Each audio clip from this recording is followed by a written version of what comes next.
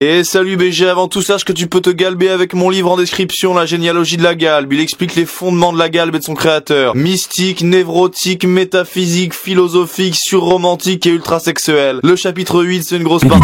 Alors fonce, en 3 clics c'est réglé, description et bonne vidéo mon galbé.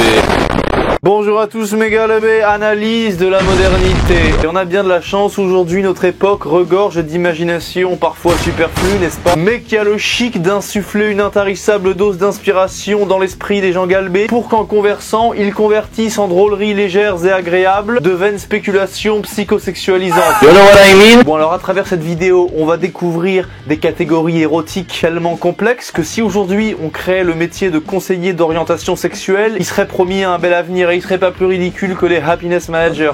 D'ailleurs, est-ce que vous avez remarqué que les gens en France, à Paris, qui se plaignent que les gens tirent la gueule dans le métro, etc., sont les mêmes qui critiquent la dictature du bonheur et l'apicratie, etc.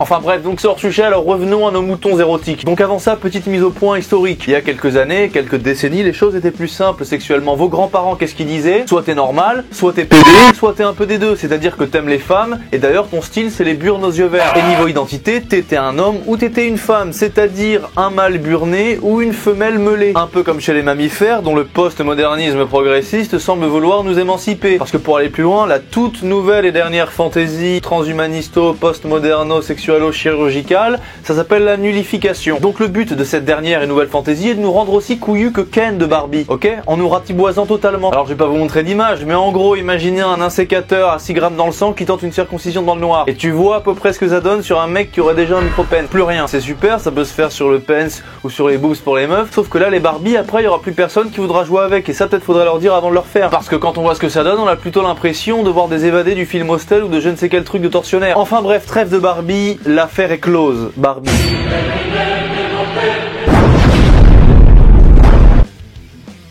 Beau menton, beau... Alors mes amis, découvrons ensemble et classons 10 orientations sexuelles. J'irai même encore plus loin, 10 groupuscules érotiques. Moi j'ai fait mon classement, vous allez me dire le vôtre. Mais d'abord et avant tout, remercions l'entreprise YFood qui sponsorise cette vidéo. Mais YFood, le philosophe, me direz-vous, qu'est-ce qu'ils font? YFood, ils font des boissons et des barres délicieuses, n'est-ce pas? Regarde-moi un peu cette petite barre choco caramélisante, etc. Salt, nuts and chocolate, you know what I mean? Des boissons et des barres délicieuses, équilibrées et pratiques si t'as la flemme de faire la cuisine, etc. Si t'es comme moi, je déteste faire la bouffe. Si t'es au taf, que tu veux être léger, mobile, solide sur tes appuis, tout ce que tu veux, tu prends cette barre et je sais pas, cette bouteille, tu vois, dans ton sac et c'est bon, tu fais le plein de protéines, tous les nutriments essentiels y sont. Protéines, fibres, acides gras essentiels, voilà, tous les nutriments qui sont bien bons pour la santé y sont, donc pas de soucis. C'est de la bonne bouffe, donc c'est un gain de temps, c'est pratique.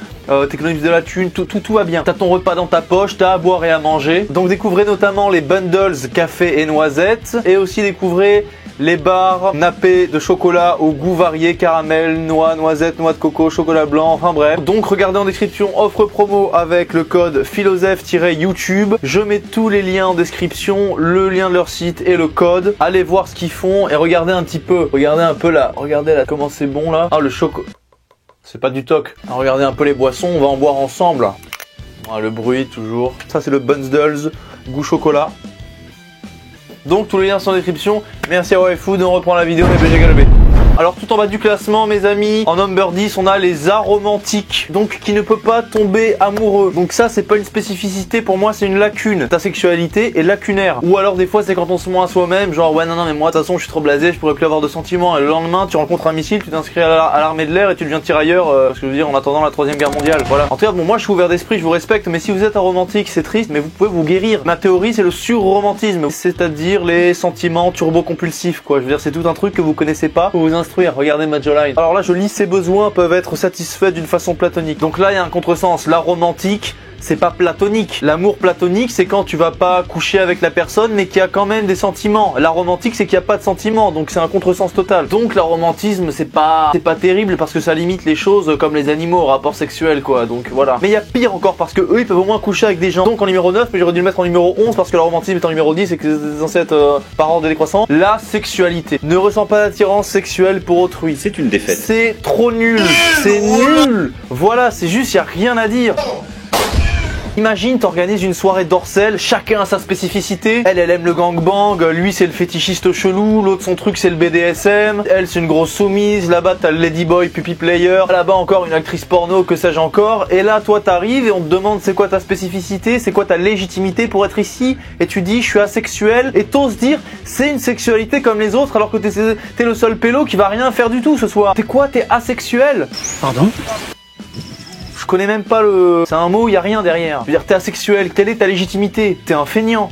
T'es un branleur. Mais t'es même pas un branleur, parce qu'au moins les branleurs ils se la donnent, tu vois ce que je veux dire? T'es un mec d'avant le Big Bang. En fait, si avec des gens comme toi, l'humanité n'existerait pas, ne s'amuserait même pas. Je veux dire, t'arrives à ma soirée, je te répudie, je te donne un ticket, je te dis allez, c'est un ticket plein tarif, tu vas aller partout en Ile-de-France, va où tu veux, tu seras heureux. Là, on n'est pas au club de Lego du centre aéré. Enfin si quand même, parce qu'on est venu pour s'emboîter, mais tu vois ce que je veux dire? Allez, zou, zou. Et je te dirais comme ça, je te dirais zou. Allez, zou. Bon alors le seul truc qui est bien quand t'es asexuel, c'est que si t'étais une personne qui était pas destinée à être très demandée par les autres érotiquement, bon bah au moins tu seras pas en chien dans ta vie quoi. Mais si t'es sexy et sensuel, asexuel c'est du gâchis hein. Mais d'ailleurs moi je n'y crois pas. Les gens qui sont sexy, qui sont sensuels, qui sont beaux, qui sont érotiques, ils ne peuvent pas être asexuels et ne peuvent pas être aromantiques. Ça se voit direct hein. Toi d'accord t'es aromantique, à mon avis t'es asexuel aussi, je crois que tu le dis. Je suis les deux, je suis à la fois sexuelle et aromantique. Moi, je veux dire, ça se voit, je veux dire, on dirait Casper le gentil fantôme, voilà. J'en ai rien à branler, déjà je suis asexuel, bon bah je fais pas l'amour, et puis basta. Mais je vais pas dire ouais c'est une sexualité comme les autres, je veux un drapeau, je des bars pour asexuels, je veux dire, vous croyez que c'est une culture la sexualité, c'est pas une communauté. C'est comme si je dis ouais moi je suis un sportif, mon sport c'est le non-sport et c'est un sport comme les autres. Usain Bolt il va me courir dessus, il va me piétiner. Teddy Riner il va mettre un hippon. Voilà, je veux dire conceptuellement la sexualité il y a un pépin. Et c'est même pas le pépin de la pomme d'Adam parce que la pomme c'est la tentation, mais la sexualité n'a même pas de tentation, il y a même pas de pépin, c'est une pomme sans pépin. Pour moi la sexuelle il ressemble à Pépin 3 pommes et elle va mélanger à Casper le gentil fantôme. Bon, on peut passer à la suite ou pas? Ensuite on a les demi-sexuels, ne ressentir de l'attirance sexuelle que pour un partenaire de longue date. Ah ok d'accord, non moi je croyais que c'était en fait la moitié de ton corps qui était équipé de capteurs érotiques et pas l'autre. Je me disais bon ça va être encore un truc chelou, une sorte de double face érotique tu vois, mais non. Donc moi qu'est-ce que je pense des demi-sexuels? Moi déjà je vous le dis j'y crois pas. Aimer et vouloir coucher qu'avec quelqu'un qu'on connaît de longue date, ça pour moi c'est un mythe. Moi je voulais un truc un peu post-moderne, un peu barjo, un peu moins amusant tu vois. Et je retombe avec les demi-sexuels sur les contes de fées, c'est vraiment pas terrible. Cependant, si tout le monde était demi-sexuel et trouvait son partenaire, on aurait beaucoup moins de galères à tous les niveaux. C'est un peu une sexualité idéale, mais moi j'y crois pas. C'est pas que c'est nul, ça manque de fantaisie, c'est honnête, il n'y a aucune vraisemblance là-dedans, tu vois. Alors on passe au suivant, numéro 6 ou 7, donc les greys sexuels. Bon ça j'ai cru c'était les meufs qui aimaient se faire fouetter par des gros tchads, mais pas du tout. En fait c'est beaucoup moins amusant que ça, c'est en fait des gens qui ont une attirance sexuelle par intermittence. Donc c'est pas un nom qu'on doit donner à une sexualité, ça s'appelle juste être un animal. En fait il y a une saison des amours et de temps en temps l'animal il est grey sexuel, il va tartiner ou se faire tartiner, c'est comme ça qu'il fonctionne. Si t'es grey sexuel et que t'as juste de l'amour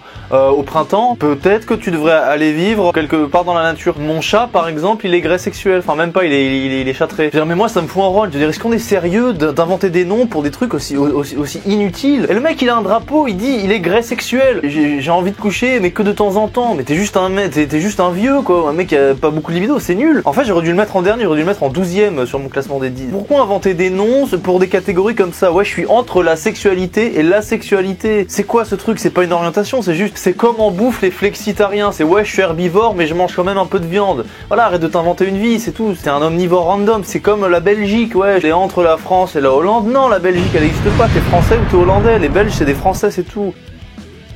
Super mâchoire.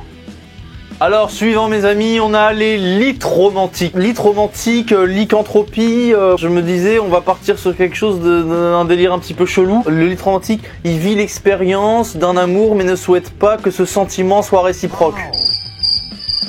Ça s'appelle pas plutôt du viol ça? C'est-à-dire que le litromantique c'est un mec chelou au point que s'il couche avec sa meuf et qu'il lui dit bébé je t'aime pendant l'acte, si elle lui répond moi aussi, il lui met une tarte et il lui dit tu m'as fait débander, t'es sérieuse ou pas? J'ai pas envie que tu m'aimes. Voilà. C'est ça le litromantique. C'est un tordu, c'est du masochisme. Ça je le classe volontiers dans la catégorie maladie mentale. Si je bossais à Sainte-Anne, j'ouvrirais un département pour les litromantiques. Moi je veux désirer mais je veux pas que ce soit réciproque. Donc à part les prostituées ou forcer les gens à avoir des relations, il n'y a pas d'autre moyen. C'est pas la plus nulle parce qu'il y a un côté cringe qui peut être conceptuellement intéressant. Tu vois, on pourrait faire une série Netflix sur un litromantique. Voilà. Donc maintenant, on passe à la suivante.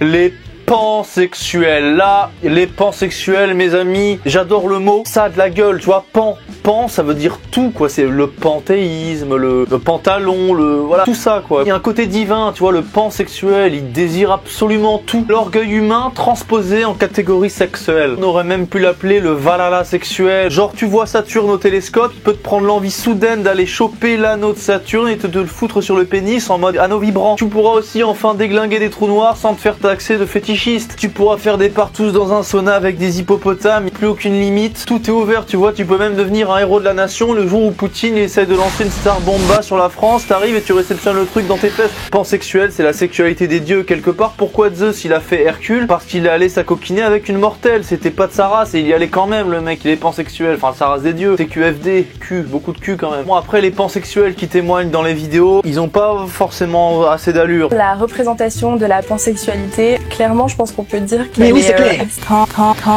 Donc maintenant, là, on va commencer à entrer vraiment dans l'élite. Là, donc les polysexuels. Ça aussi, c'est pas mal. Capable d'entretenir 2 ou plusieurs relations sexuelles d'un suivi d'intensité quasi similaire. Alors pour moi, j'avais déjà fait une vidéo sur le polyamour, mais là, polysexuel, bon, c'est un peu pareil. Pour moi, avant toute chose, ça s'appelle être vivant et en bonne santé. Tu vas voir n'importe qui de vivant et en bonne santé, tu lui mets des bombes autour de lui, il veut tout coucher avec tout le monde. Après, si tu peux parler du terme polysexuel pour te faire passer pour un mec progressiste, moi j'aurais dû le savoir plus tôt. Je veux dire, quand j'avais la vingtaine, ça m'aurait évité bien des galères. Ouais, philosophe, t'es trop BG, tu te tapes 15 meufs différentes, c'est pas bien. La meuf me reproche d'être que tard, je lui dis ouais, je suis polysexuel, tu vois, voilà, j'ai mon drapeau, je suis une minorité opprimée, t'es en train de m'agresser là, je me sens pas bien, j'allais faire une vidéo sur Brut pour me plaindre de toi. Je te balance sur Twitter, dans 3 jours t'es cancel meuf, donc tu reviens plus me dire ça, d'accord? Et moi je continue de me taper de ta sœur, ta grand-mère et tout ce qu'il faut. Alors le suivant et l'avant-dernier, ça c'est le truc des tchads, ça c'est là, il y a plus aucune limite, c'est l'hypersexualité. Alors là c'est le meilleur, t'as beaucoup trop de libido, t'as aspiré celle de tous les intermensch asexuels, aromantiques, toutes ces conneries là. T'as même un drapeau. Alors je disais les pansexuels c'était l'orgueil humain transposé en catégorie. Non mais là l'hypersexuel il doit avoir un boulard gros comme un gland d'éléphant atteint de gigantisme. L'hypersexuel il arrive dans nightclub avec son drapeau je suis hypersexuel, ça va être violent. Mettez les aromantiques à l'abri là tout de suite. Le type a la libido d'une caserne de pompiers, il a 18 milliards de spermatozoïdes qui attendent qu'une chose, c'est de se la donner à tout va avec tout le monde, absolument tout le monde sans distinction. Le mec ne sait plus où donner de la bite,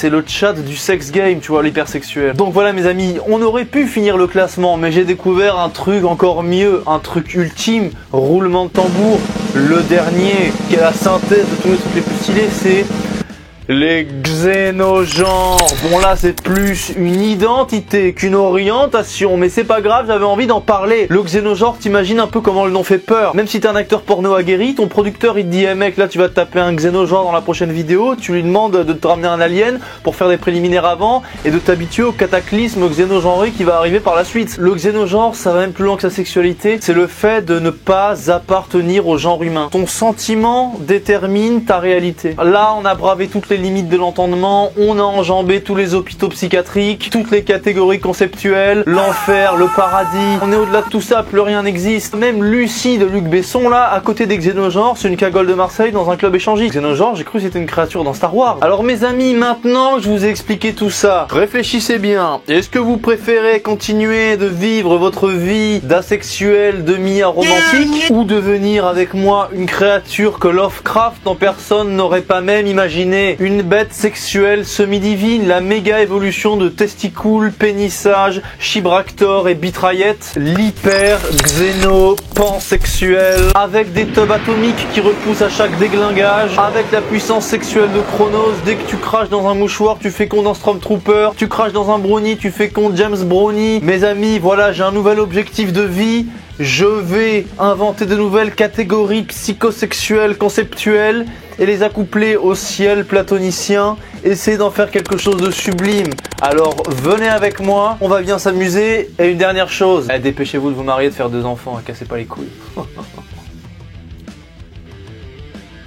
Merci à tous mes BG Galbé, merci à YFood pour avoir sponsorisé ma vidéo. Allez voir en description leur site, allez voir si vous aimez ce qu'ils font. Allez acheter encore mon livre mes BG Galbé, c'est bien vendu, il faut que ça continue. Merci pour votre confiance. C'était le philosophe, le prince des intelligibilités, le seigneur des noumens. Et je vous dis à la prochaine.